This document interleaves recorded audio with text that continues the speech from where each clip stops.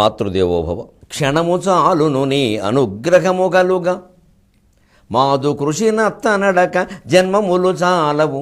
ఒక్క క్షణమిమ్ము దయచేసి జగన్మాత, ఒక్క క్షణమిమ్ము దయచేసి, ఒక్క 1000 జన్మములు నీదు పాదాల జల్లువాడా.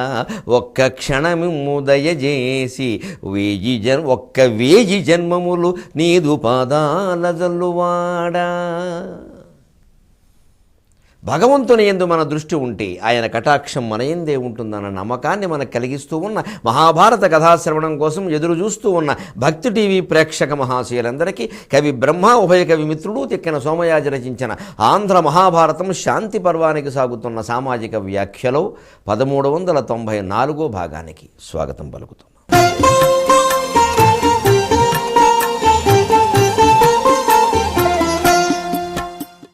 శ్రీకృష్ణుడు ఎవరిని ధ్యానిస్తున్నాడో చెప్పిన తరువాత, ఎందుకు ధ్యానిస్తున్నాడో చెప్పిన తరువాత, ఇప్పుడు ప్రత్యేకించి ఆయన మీద నా దృష్టి లగ్నం చేయడంలో ఒక రహస్యం ఉంది. ధర్మరాజా, నువ్వు బాధపడినా నీకు చెప్పక తప్పదు.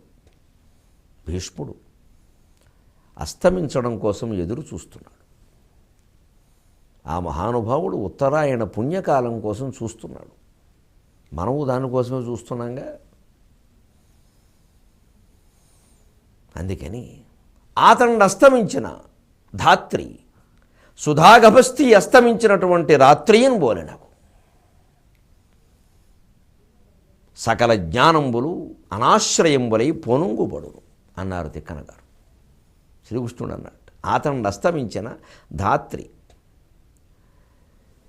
సుధాగభస్తి అస్తమించిన రాత్రియను బోలెనకు. ఒక్క భీష్ముడు అస్తమిస్తే చంద్రుడు లేని రాత్రి అయిపోతుందయ్యా. ఎంత రాత్రి అయితే ఎన్ని చుక్కలు ఉంటాయి చంద్రుడు లేనప్పుడు? అది రాత్రే. రాత్రికి శోభ కలిగించడం కోసం కదా చందమామ వస్తున్నది ఆకాశంలోకి. చందమామ లాంటి వాడయ్యా ఆకాశంలో ఆయన. మహానుభావుడు వృద్ధక్షయాలు రెండూ చూశాడు. ఇక ఇప్పుడు అలసితి సొలసితి అంతర్యామి అంతట నీ శరణిదే కోరితి అన్న స్థితికి వచ్చాడయ్యా. ఒక్క క్షణం విడిచిపెట్టకుండా నన్ను ధ్యానిస్తున్నాడయ్యా. నేను ఆయన్ని విడిచిపెట్టి నేను ఎలా ఉంటాను? నాకు ప్రతిజ్ఞా భంగం కదా. ఆడిన మాట తప్పనివాడు భీష్ముడు. భీష్ముడే అలా ఉంటే భగవంతుడిని నేను ఎలా ఉండాలి మీరు ఆలోచించండి. నేను ఆడిన మాట తప్పితే ఎలాగా? నా భక్తులే ఆడిన మాట తప్పరు, నేను తప్పుతానా? వాళ్ళకి ఆ శక్తిని ఇస్తున్నది నేనైనప్పుడు, వాళ్ళకి ఆ ధైర్యాన్ని స్థైర్యాన్ని నేను ఇస్తున్నది నేనైనప్పుడు నేను ఆడిన మాట ఎలా తప్పుతా? అందుకని ఒక్కటే చింత, నాకు ఆయన ఎందు ఎంత ప్రేమ ఉందో మీ ఎందు అంత ప్రేమ ఉంది. ఒక అనుబంధం ఉంది మీతోటి. మీరు ధర్మానికి కట్టుబడి ఉన్నారు.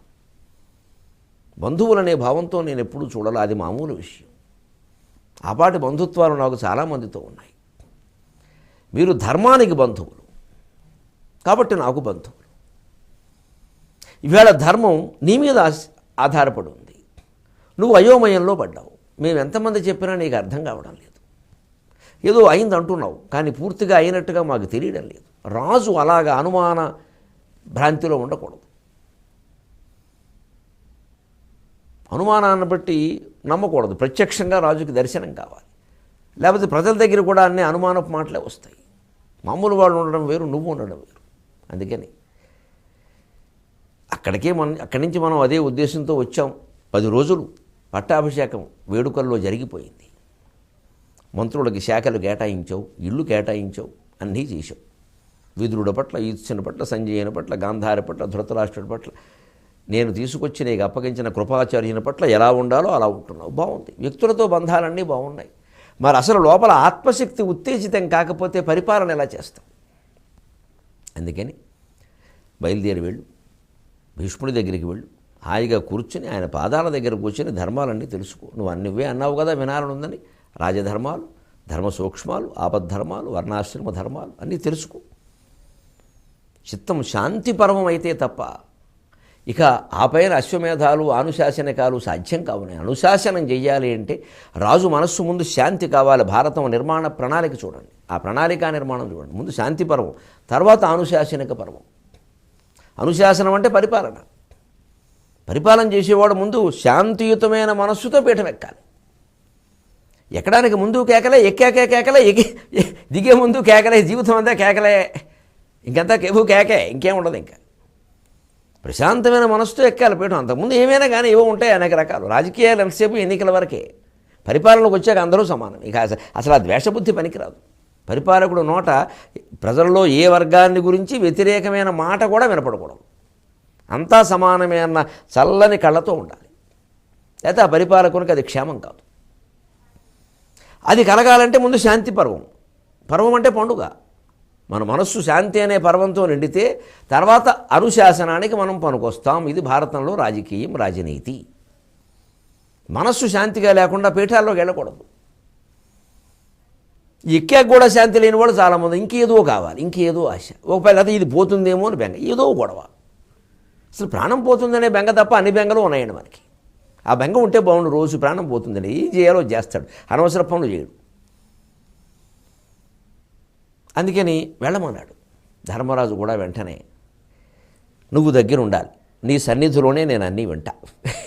ఈయనకి మళ్ళీ ఈయన ఇప్పుడు 2 నెలలు సెలవు పెట్టాలి. ఈయనకు ఓ పక్క 8 సంవత్సరాలు. ఈ గ్యాస్ కార్డులు, ఆధార్ కార్డులు ఇవన్నీ ఎవరు చూస్తారు? ఈయన బాధ ఈయనది, ఈయన వినడం. నువ్వు ఉండాలి, నీ సన్నిధిలోనే వింటా.